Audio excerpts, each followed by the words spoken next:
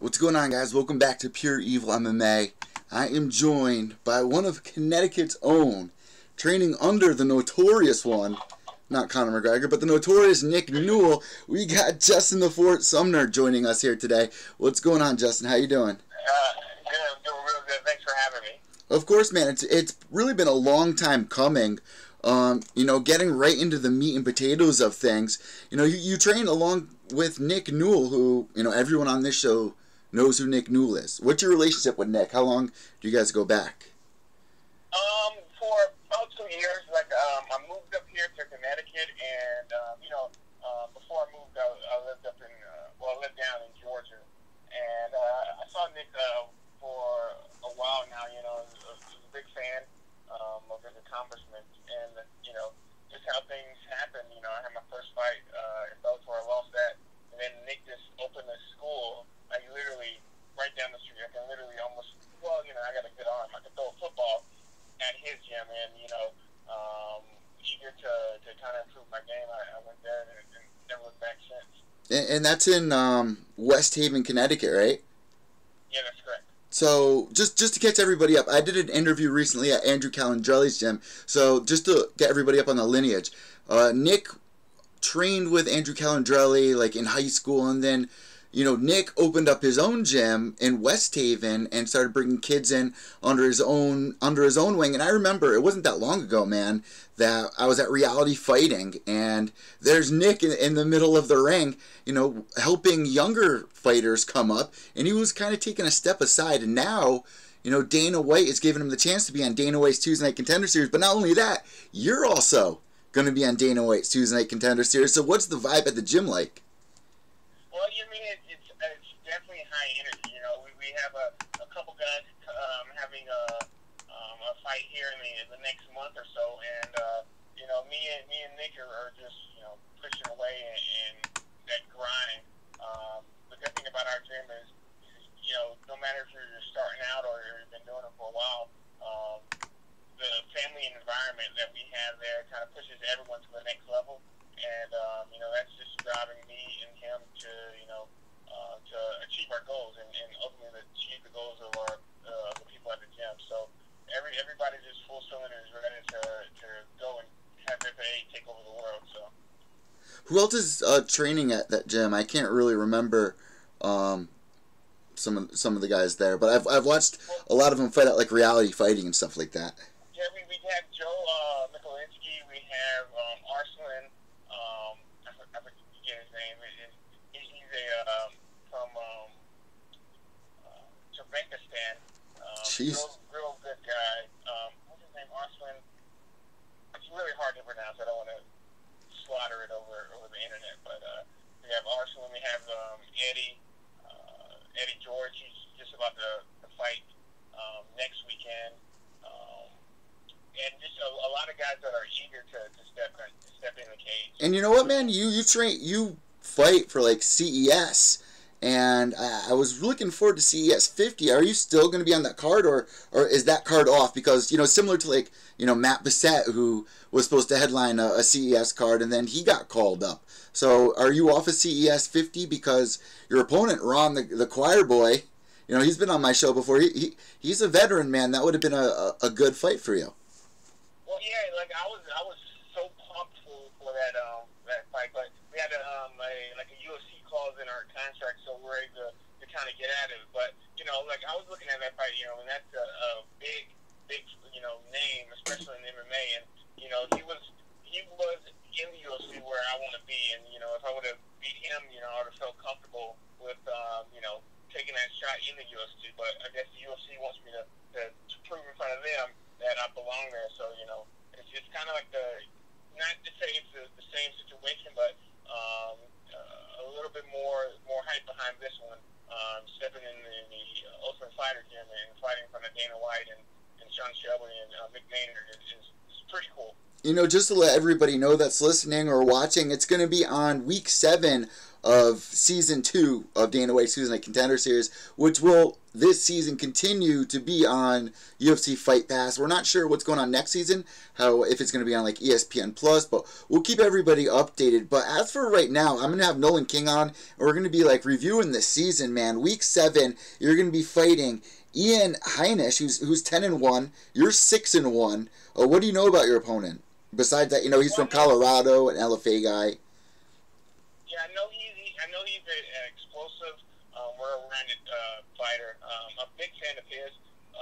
Ever since he dropped on the LFA scene, I definitely followed him. I think our styles match up pretty well. I think my wrestling and my striking kind of plays hand into his striking and wrestling. I think that what's probably going to be the deciding factor is the grappling. Who can get the better hand of the grappling. I think I have it, but it's definitely a great match, and I'm really pleased to be able to fight someone like him in front of the world and to showcase my skills. In a nutshell, really, he's a KO guy and you're a submission guy.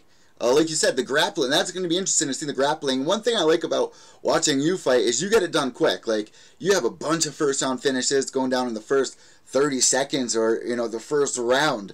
Do you anticipate this one being exciting? Because, just because it's on Dana White's Tuesday Night Contender Series doesn't mean you're promised a contract. I'm not saying you have to be flashy or anything. Do what got you to the dance. But this is what got you to the dance. You're kind of a quick submission guy. Is that how you see it going? Well, you know what I mean?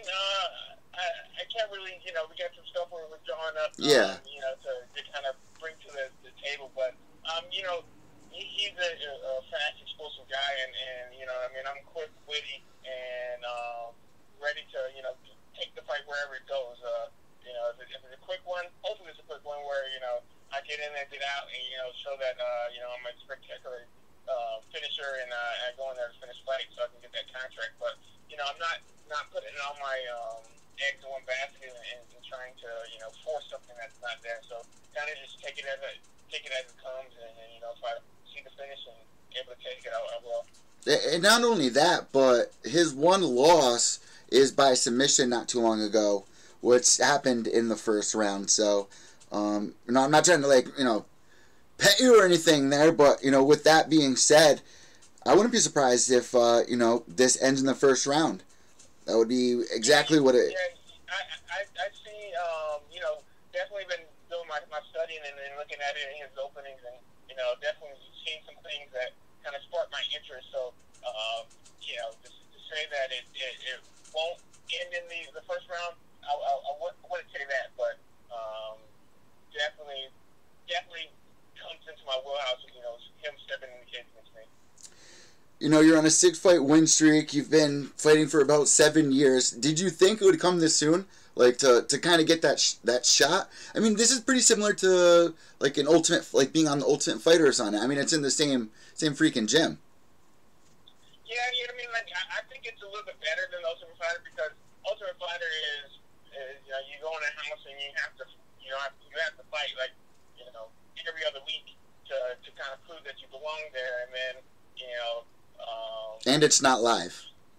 And it's not live. So, yeah. This is just one time where, if I go in there, Matt Bissett didn't really have a good showing, but, a lot of people saw him, and he was, he showed that he did have the guts to step in there, and, now he's in the UFC, even though he lost. So, it's a good platform for guys trying to come up and to kind of, state their claim on the MMA world. So, were you a little surprised that your coach Nick Newell is going to be on Dana White Tuesday Contender Series? Because I've been asking a bunch of guys about this because Nick is more of an experienced guy compared to who we usually saw on season 1 of season 1 of Dana White's Tuesday Night Contender Series, where a lot of the guys were like you, 6 fights, 5 fights. Nick has 15 fights. Yeah, so it's it's kind of I think he just deserves to be in there, but he doesn't want to hand out, and them giving him the opportunity to step out there and fight and prove that he belongs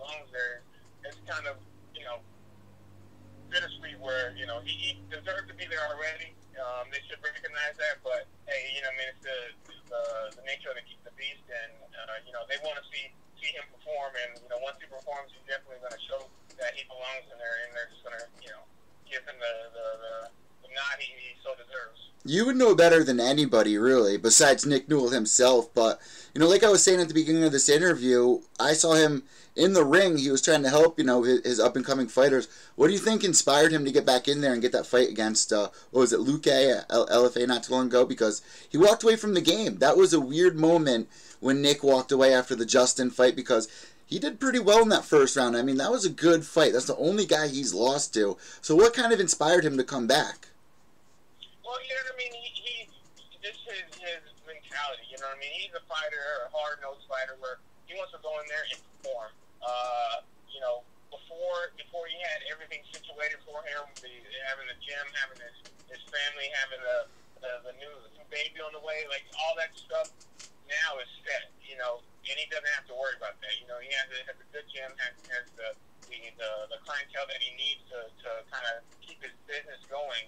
And now he can just focus on fighting, something that he loves to do, something that he has a passion for. And, having a passion for something and you're able to put all your energy in it, or you're definitely able to see his charisma, his strength, and his determination every time he steps in the cage. And you're definitely going to see it when he steps in for the Contender Series. And how are you guys doing with, your weight cuts? Like, what's your guys' routine with that? Do you guys have a nutritionist? And what's your views on weight gain? Like, all right, let me ask you this, so it's not a two-part question. This past weekend we saw Darren Till and Molly come in overweight. Now, if your opponent shows up overweight, especially 4 pounds overweight, how do you handle that situation? What are your thoughts? Should that fight be allowed to go on? What's your thoughts on, all these weight-cutting controversies? Well, I mean, one is that shows their commitment to the sport. What I mean? As soon as you sign that contract, that you have a set amount of weight you need to be. You know what I mean? And if you don't plan accordingly, you're kind of irresponsible. And it shows. It kind of shows one that people need to kind of choose their weight class they're comfortable with, and not try to kind of kill themselves. I've been cutting weight ever since I was in high school. So, that's 15 plus years. And I have been, I've only missed weight one time, and that was because it was, I was just doing it stupid.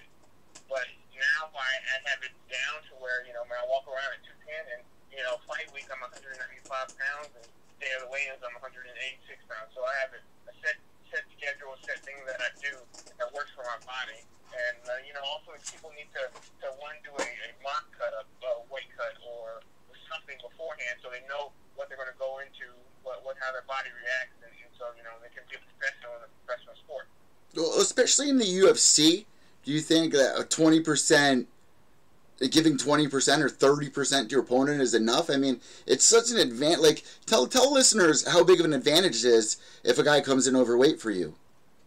Well, I mean, you have to think, when you deplete your body needs the adequate amount of time to rehydrate, to replenish all your cells, replenish all your muscles, to get the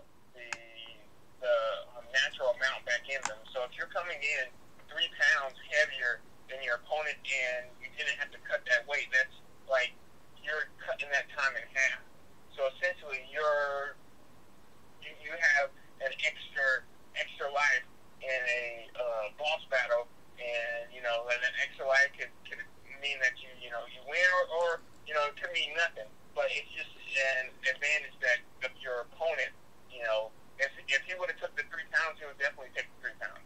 So, I mean, you have to think about what you're doing and make sure you're responsible enough to step in there with that mentality of I will make that weight, because I am a man of my word, a woman of my word, and I'm held to a higher standard than just a piece of paper. I can tell that you fight under Nick Newell just because you made a video game reference. I can totally tell. Nick's a big fan of Teenage Mutant Ninja Turtles and stuff. Are you a big fan of video games, and did you grow up on Power Rangers like the rest of us? Because you're the same age as me. Yeah, I mean, the Power Rangers, that was well, Power Rangers, Dragon Ball Z, Naruto. That's a little bit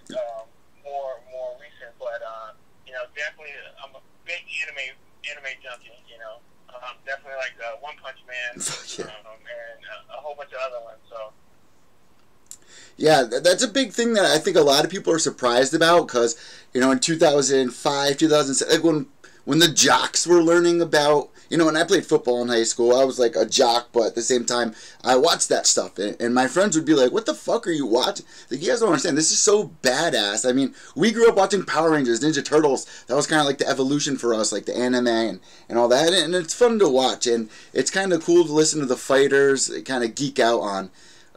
You know, Teenage Mutant Ninja. Like, I had Nick on last year.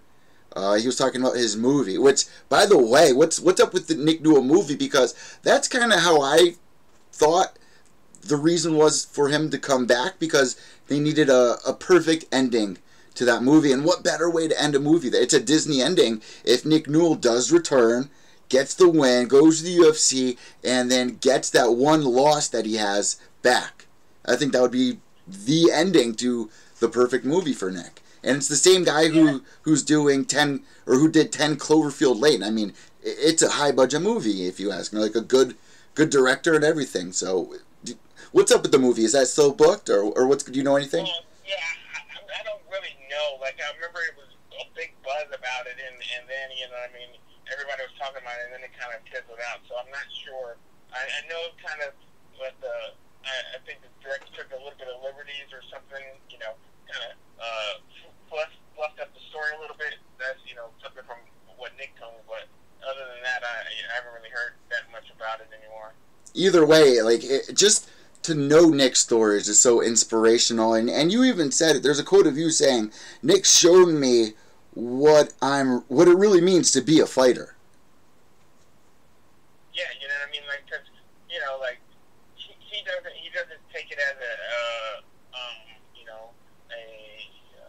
disability, because, you know, I mean, he was born with it, so, you know, I mean, he had to cope with it, and, you know, and that's ultimately a moral and a kind of set way of life everyone should live by. You know what I mean? Everyone is dealt, like he had this phrase that everyone's dealt a deck of cards, just depending on how you use them.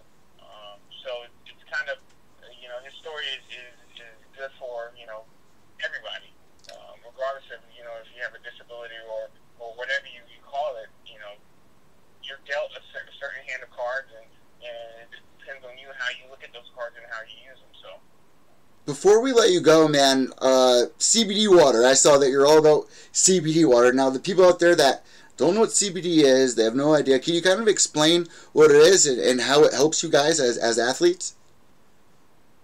Well, CBD is good. It's cannabinoidal. I forget how that. It's from the cannabis plant, but it counteracts the actual THC. So it doesn't get you high. It actually, if you are high, you take CBD, you get less high. Well, like, what it is they extract it from the hemp plant, and like there's some CBDs that have THC. Being a fire, you have to kind of be wary of that, because there's certain levels that you can't have. I know they changed them recently, but there's certain levels you can't have them, or you'll be flagged by USADA. But what it does is it helps with just about, if you can think about it, it helps with it. You know what I mean? I use it for pure inflammation. You know, and I drink probably a gallon of water a day, and probably about 1/4 of that gallon has CBD in it. And you know, it just keeps the inflammation down. It helps me sleep better. It helps with stress, and there's a different variety of. They mix them with essential oils, so, you know, if someone has anxiety problems or something like that, it helps you kind of calm you down and help ease your mood. So, you know, I mean, it's very good. I wish they, you know, kind of went to the market with it, so that, you know, it's way better than pharmaceutical drugs. You know, so and it, you know, it doesn't get you hooked on it to where the point of, you know, you can't survive unless you have it. So it's a pretty good product. You know, Nick is actually really close with like Rumble Johnson, and Rumble Johnson, when he got out of the UFC, he was talking about opening up something along the lines of marijuana pharmacy or something like that, or cannabis CBD, because it also helps with like CTE and stuff like that as well, or marijuana does at least. And I think it's awesome that you guys are breaking through as athletes to be able to use this, and I think it's awesome that people are being educated on what it is and not being shy away from it and being like, I need to stay away from that. And just to give a shout out to the guys that you drink, it's at Redwood Coast Water Co., correct? Yes, Redwood Coast. And so it's a humble known product.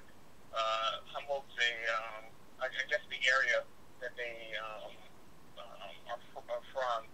Really good guys and girls that work there, and they're pretty cool. And you know what I mean. I gave them a shout, and they were willing to help me out and fuel me for my current fight and the fights to come. So I'm really glad to have those guys on my side. Justin, I cannot wait to see this season of Dana White's Tuesday Night Contenders. Week 7, guys. It's going down. What week is Nick going down? Is it on the earlier weeks or? Yeah, it's the 6th. Okay, so it's the week right before you. It's going to be an amazing season, guys. We have a lot to look forward to. We're going to have Nolan King come on to break down some of the fighters that are going to come on this season, some of the guys that you're going to see. And it's so exciting seeing some people from CT representing, man. So we're going to be rooting for you, brother. So thank you so much for coming on Pure Evil MMA. We wish you best of skill. Thank you very much. Thank you. All right. There you go, guys. Justin the Fort Sumner joining me, 6-1, middleweight, week 7 of Dana White's Tuesday Night Contender Series training. I could literally drive there in about 10 minutes. That's how close he is. It's awesome getting these interviews with a lot of local guys. So my fingers are crossed. Of course, I try not to be biased when looking forward to these fights. And his opponent, let's give him a shout out.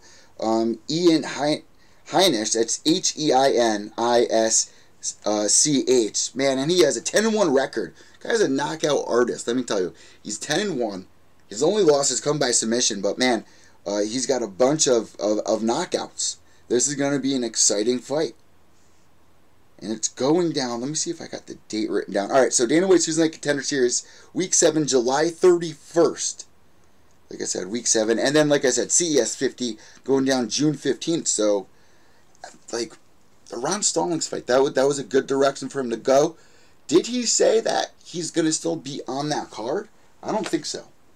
I believe it's just going to be the Dana White Tuesday Night Contender Series. If I was him, that's what I would look. That's what I would bank.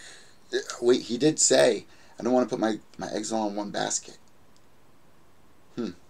Well, either way, just being on Dana White's Tuesday Night Contender Series and fighting Ron Stallings, man, you're heading in the right direction. You're doing something right. So shout out to Ron, shout out to Justin, shout out to Nick, shout out to Ian. Thank you for coming on the show, brother, and we are looking forward to Dana White's Tuesday Night Contender Series this season, guys. Evil Eddie from Pure Evil MMA, MyMMAnews.com. Wait, knuckles to the end. Behave yourselves.